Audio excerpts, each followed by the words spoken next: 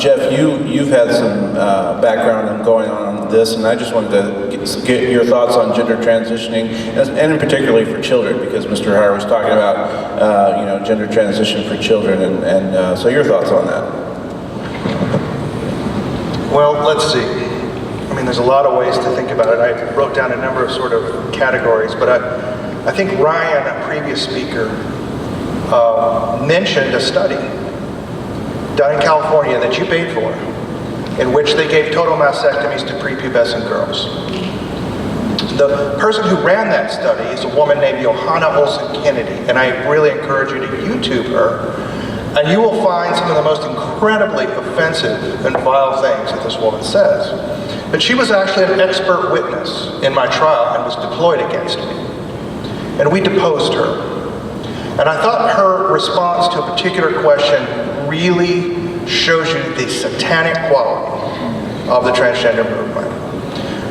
We asked her, how do you medically justify amputating healthy sexual organs?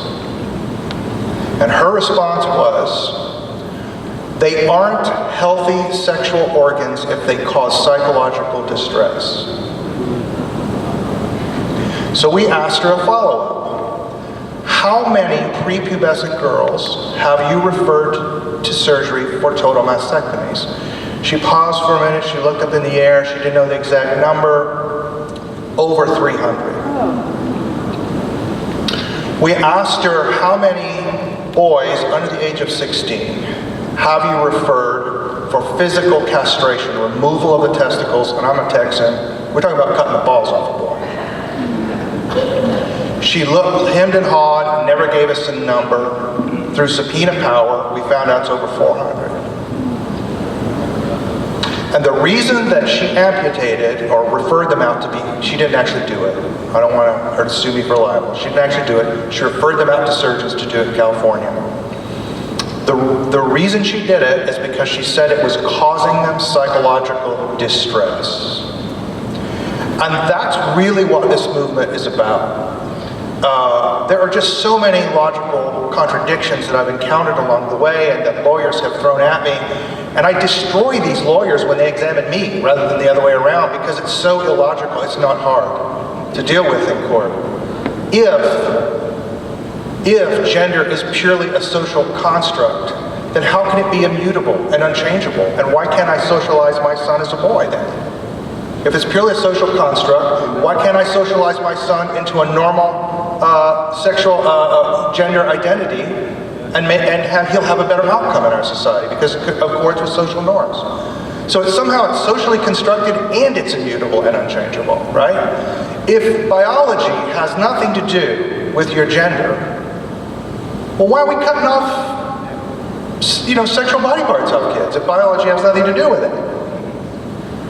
Like, I have a long list I could give you of these logical contradictions. And I just destroy lawyers when they put me on the stand and talk about this stuff, because it's so obviously stupid.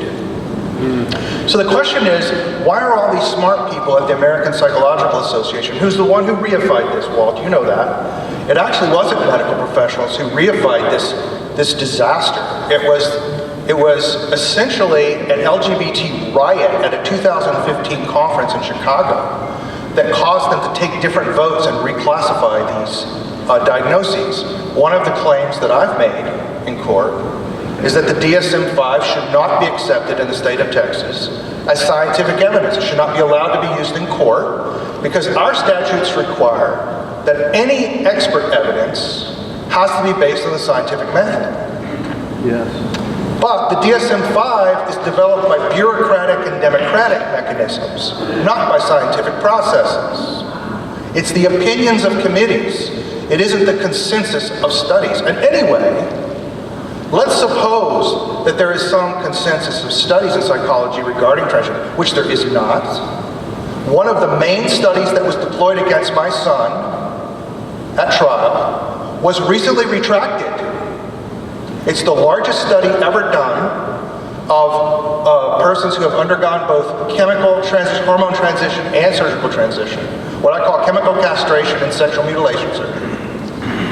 And in both cases, of those where people went all the way in, people who stopped at hormones, the outcomes were far worse. I'm an applied mathematician. I do statistics for a living. I make a living in the statistical analysis of experimental data. I read the same study the opposition deployed against us. I testified. The study shows the exact opposite of what the people claimed. 6 months after my trial, it's retracted. And the problem with psychology is they have a huge crisis of replication, and they're disciplined. You can Google that. Google psychology, crisis of replication. There's an entire movement of psychologists which are dedicated to trying to understand why almost half of their studies don't replicate. Think about this for a second. Half of their studies don't replicate, but those studies are deployed in courtrooms across the nation. And let me tell you something really scary that I've learned from my case. It's awful what they're doing to kids. Terrible. They're making law out of these professional bodies. When the American Psychological Association threatens the licenses and membership of psychologists in the state of Texas if they don't affirm children are of their gender doesn't correspond with their sex, if they do that, they're under threat from the American Psychological Association, now the Texas Psychological Association.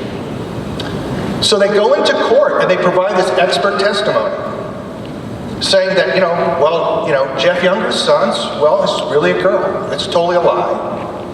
But what happens is these cases get won because judges do what the experts tell them to do. It's less risky for the judge. That sets precedent in our court system. And case law develops, which becomes as binding as any statute. So these professional bodies, medical bodies, are actually making law that will bind you in the future, will bind your children in the future. So we need to put a lot more emphasis on the boards that are elected and appointed in this state. We need to call their names out and hold them accountable when they vote for this kind of trash science. So, if we sum this all up, Ryan talked about the importance of faith. Jonathan talks about faith, family, and freedom, and that's a wonderful lens about how to deal with this. I'm concerned sometimes about the freedom part of that. I've been put under a counseling regime that costs me $5,000 a month, 20 hours a week. It's a part-time job. It consumes so much of my resources, it's hard for me to exercise my parental rights, my other parental rights. To me, that's an effective taking of my children and handing it over to experts. These are kinds of things go on. But the kind of arguments that we hear from the other side are things like, well, we don't want the government to interfere in what amounts to a family decision about what to do with their children. The Libertarian wing and the Chamber of Commerce wing, and we'll get to the Chamber of Commerce, and how they are promoting transgenderism, and how, you may not know this, the largest Republican donors in the United States are pushing this agenda. They are the ones pushing it, not the left. When this kind of thing happens, there's just no recourse for a parent but to go to the courts. And these courts are so enthralled to the experts that it's very difficult to overcome. And parents who are in this situation need your support. You need to go to family court and watch trials. We have open courts in America. It's your right as a citizen to watch what your elected judges do. It's your right to criticize them. They're elected officials, and you can criticize them. And let me tell you something. When you show up to a trial, and you get 10 people in a family courtroom, it's literally a Jekyll and Hyde. The judge's behavior radically changes and they start following the law. And I want to thank everyone who's court watched at my case. I'm telling you, I would have lost my son if you hadn't been there watching that judge. Absolutely. Thank you. Yeah, and I think it's a good transition point. I think it's interesting how you talk about these lawyers have a difficult time defending this because the claims are so contradictory. It's impossible to defend, and they don't want to debate it on a philosophical level or a metaphysical level because they can't. But we talk